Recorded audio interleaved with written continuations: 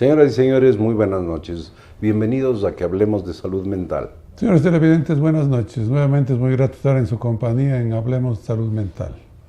El día de hoy vamos a tener que topar necesariamente uno de los eventos coyunturales más dolorosos que ha atravesado nuestro país, y me refiero al terremoto que el día sábado 16 experimentamos.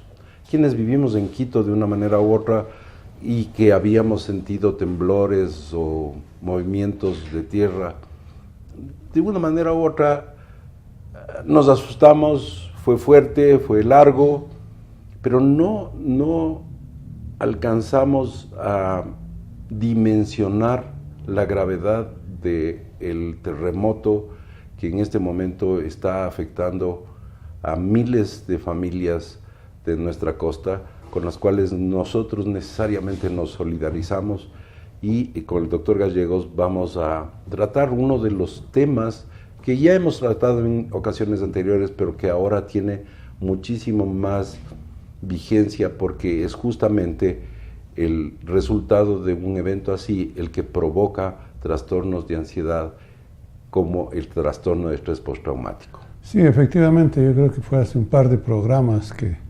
tratamos sobre este tema con alguna coyuntura de algún evento internacional. ¿Qué nos íbamos a imaginar que luego de un par de semanas tendríamos que volver al mismo tema, pero con algo sucedido en nuestro país, es decir, con un ejemplo vivo que lo están viviendo miles de compatriotas, ¿no? Tú dices que en Quito no alcanzamos a dimensionar, yo creo que hasta el momento no dimensionamos, porque para nosotros fue una vivencia quizás un poco más fuerte que en ocasiones anteriores, pero para la gente que está en el sitio de los acontecimientos, de los hechos, pues yo sí creo que es absolutamente otro cantar.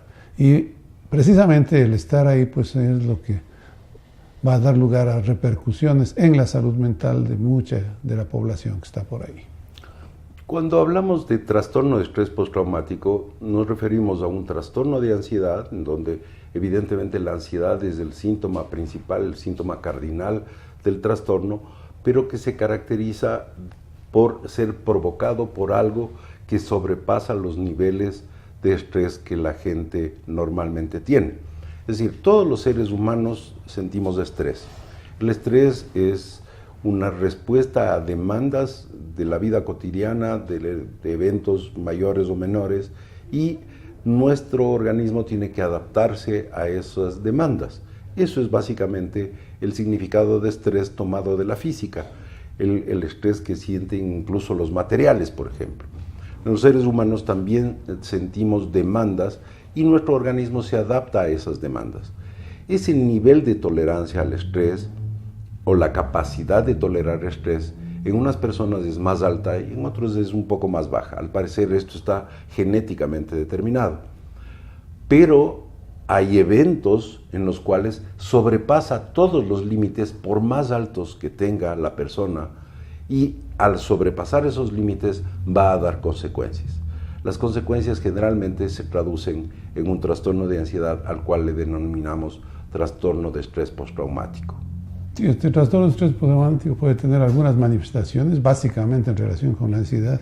Puede producirse de forma aguda y casi inmediata en relación al evento que ha vivido la persona o que ha presenciado la persona, pero también lo interesante y lo difícil de este trastorno es que inclusive puede irse presentando unos meses después del evento vivido.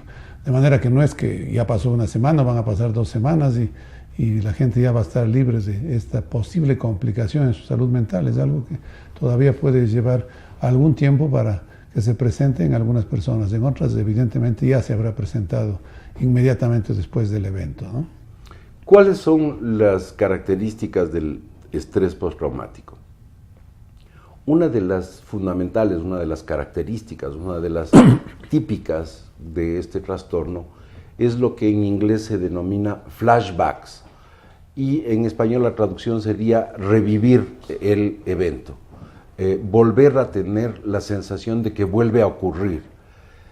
Esto es tremendo porque la gente empieza a actuar como si nuevamente estuviera ocurriendo el temblor, en definitiva, en este momento, el terremoto, o va a reaccionar con unos niveles de miedo exagerados a cualquier estímulo pequeñito, por pequeñito que este sea. ¿Cuáles son los detonantes de estos flashbacks? Olores, en este caso serán temblores. Hemos conocido a través de las informaciones que se han producido cerca de 500 réplicas, unas mayores, otras menores, pero por más pequeñita que sea, va a producir una sensación de angustia y de miedo a que vuelva a ocurrir. Peor todavía si es que las réplicas son como las que sufrieron anoche la gente de estos sectores, que sobrepasó el nivel 6, que es un nivel pues bastante alto de temblor. Entonces reaccionan como si nuevamente estuvieran viviendo el evento. Esto también puede producirse durante el sueño, y la alteración del sueño consecuente es una de las características. Sí, se imaginan ustedes, por ejemplo, en este momento simplemente pueden haber personas que revivan esos momentos al ver un noticiero de televisión, al ver las informaciones, al ver las imágenes que se dan en esos noticieros.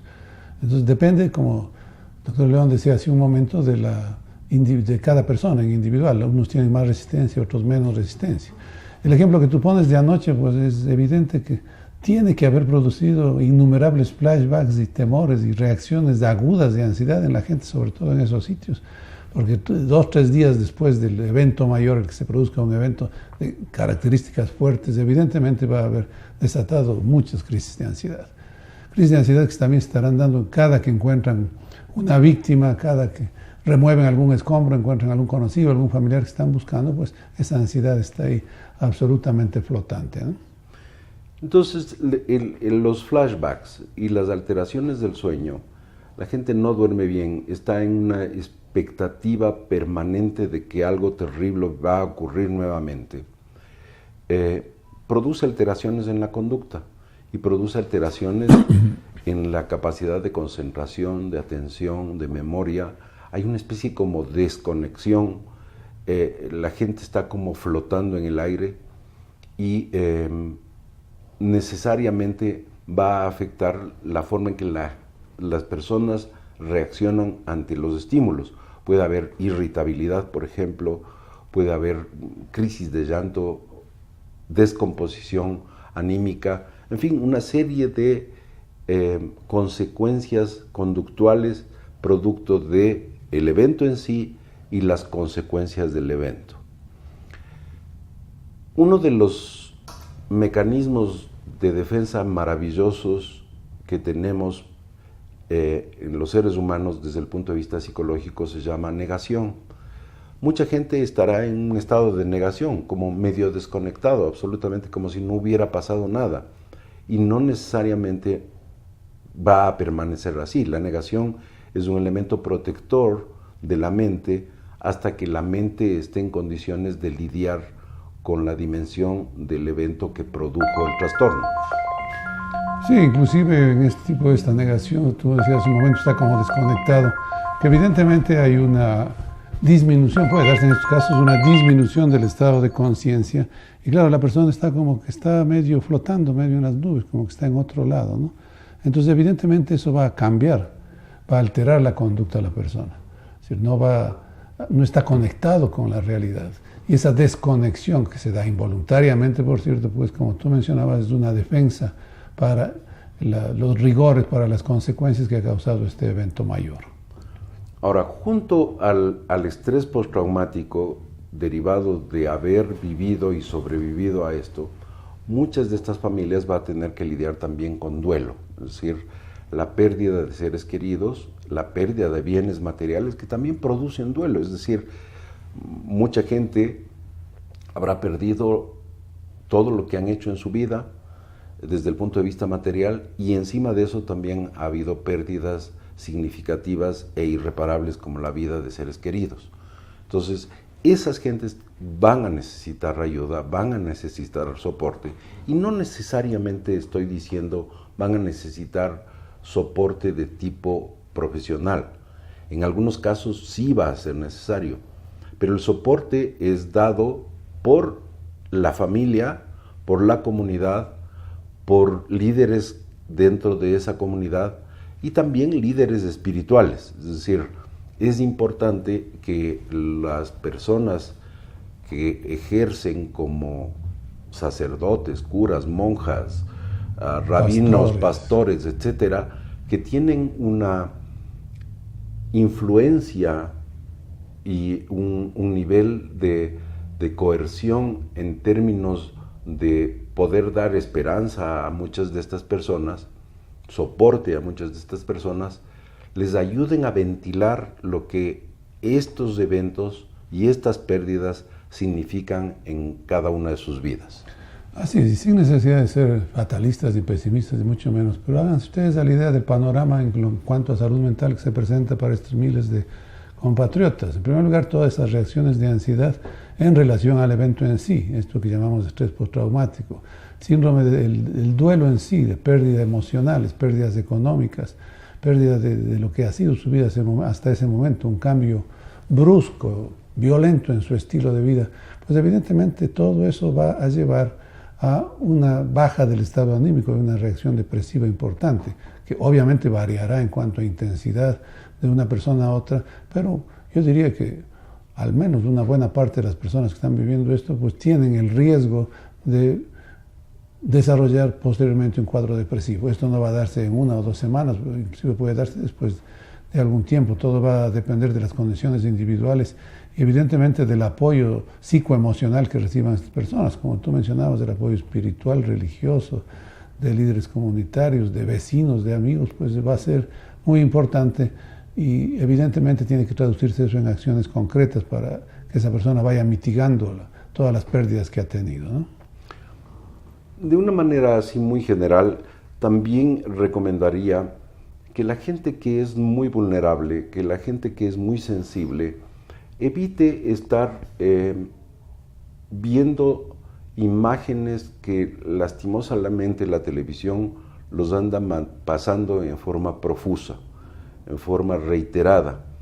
Ya hay una sobreexposición de la catástrofe, de las imágenes dantescas, del terrible daño que ha sufrido las infraestructuras de las ciudades y después de las calamidades de personas en particular.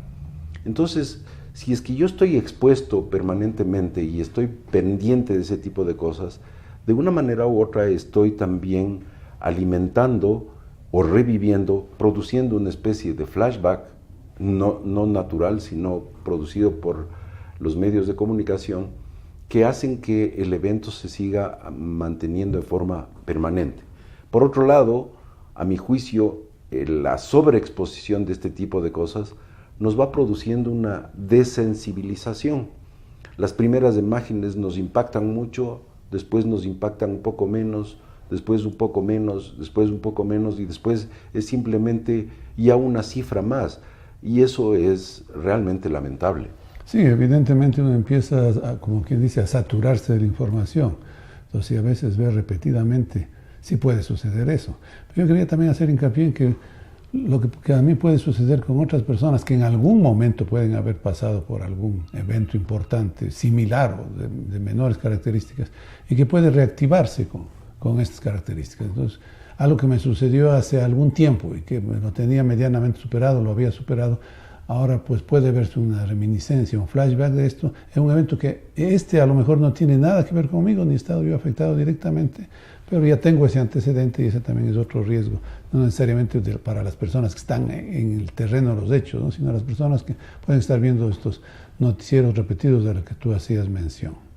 Ahora, consejos ya desde el punto de vista práctico.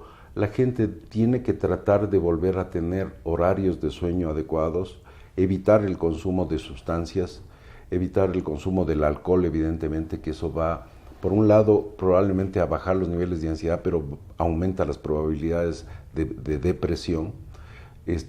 Tratar de volver a un esquema de horario de vida más o menos normal. Yo creo que para mucha gente todavía eso va a ser imposible porque muchos están buscando en los escombros todavía la posibilidad, la esperanza de encontrar a sus seres queridos con vida, pero el resto de la gente que trate de volver un poco a su vida normal. Hay algunas cosas que se recomiendan como naturales para poder volver a dormir mejor. Se ha hablado de la colada de manzana, por ejemplo, agua de lechuga, medio vaso de leche caliente, un baño caliente, es decir, una serie de sustancias que podrían ayudar a que volvamos a dormir. Dormir es importante para recuperarse de estrés postraumático.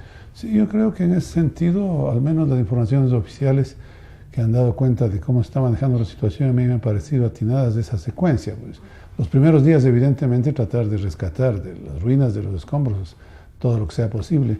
Y luego, en una segunda fase, ya empezar a instalar campamentos, albergues, justamente para que empiece a darse esto que tú estás mencionando, el que vaya habiendo una normalización de horarios.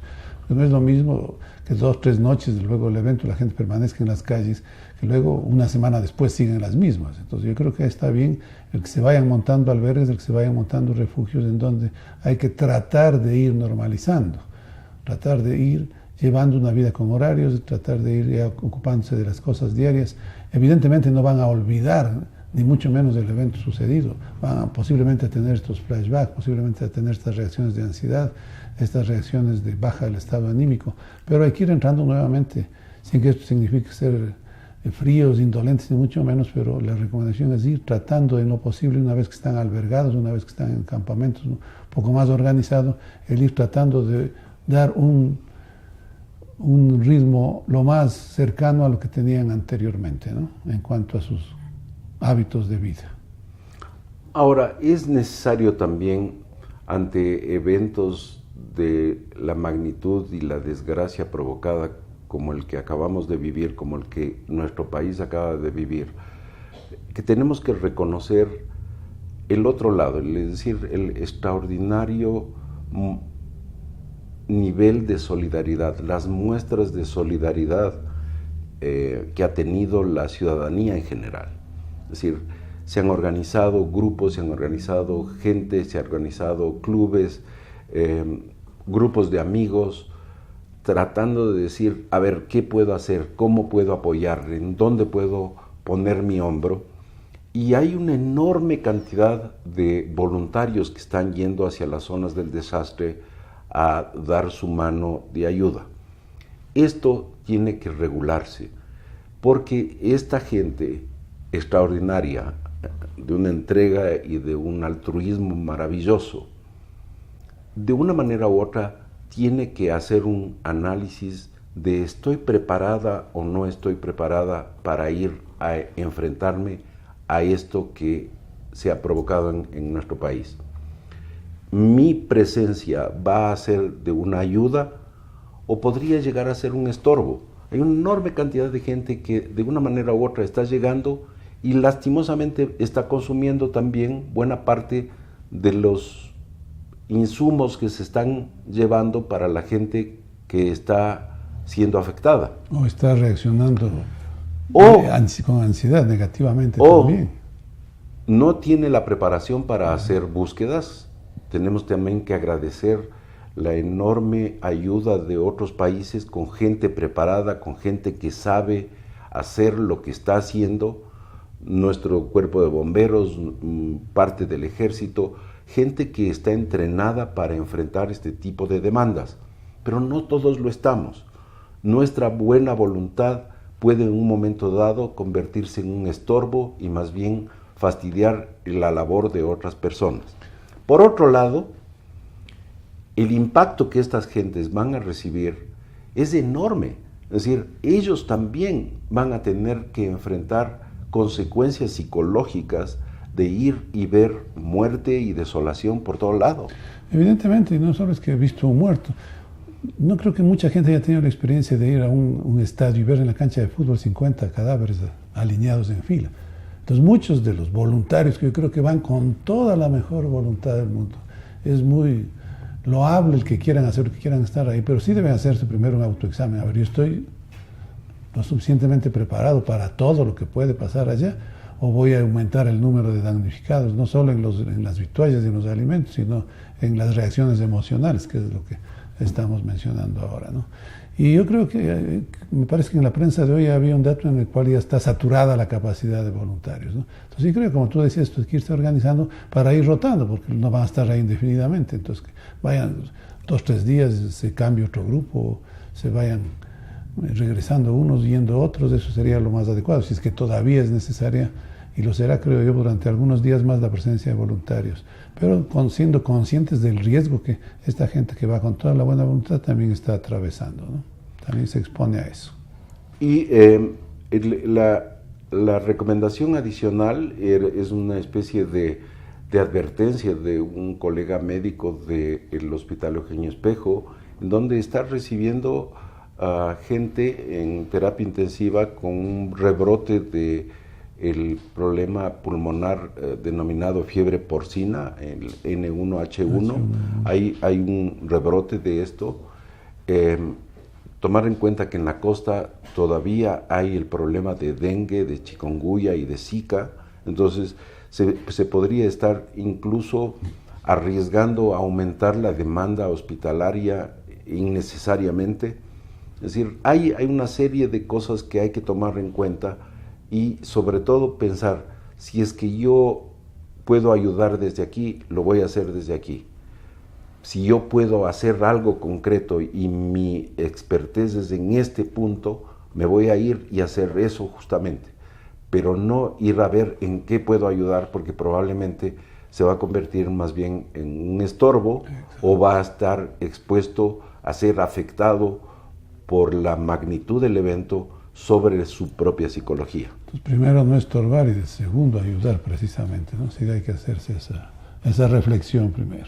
Sí, los riesgos de nuevas epidemias también por los cadáveres en descomposición y cosas. Es decir, el panorama de salud se puede volver muy complicado y exponer a más gentes, pues sí, hay que pensarlo y tiene que ser algo muy meditado y muy organizado. Y finalmente, felicitarles a todos nuestros colegas médicos de las zonas afectadas, que pese a que muchos de los hospitales fueron terriblemente afectados, se han podido adaptar en pésimas condiciones para poder seguir atendiendo a la gente.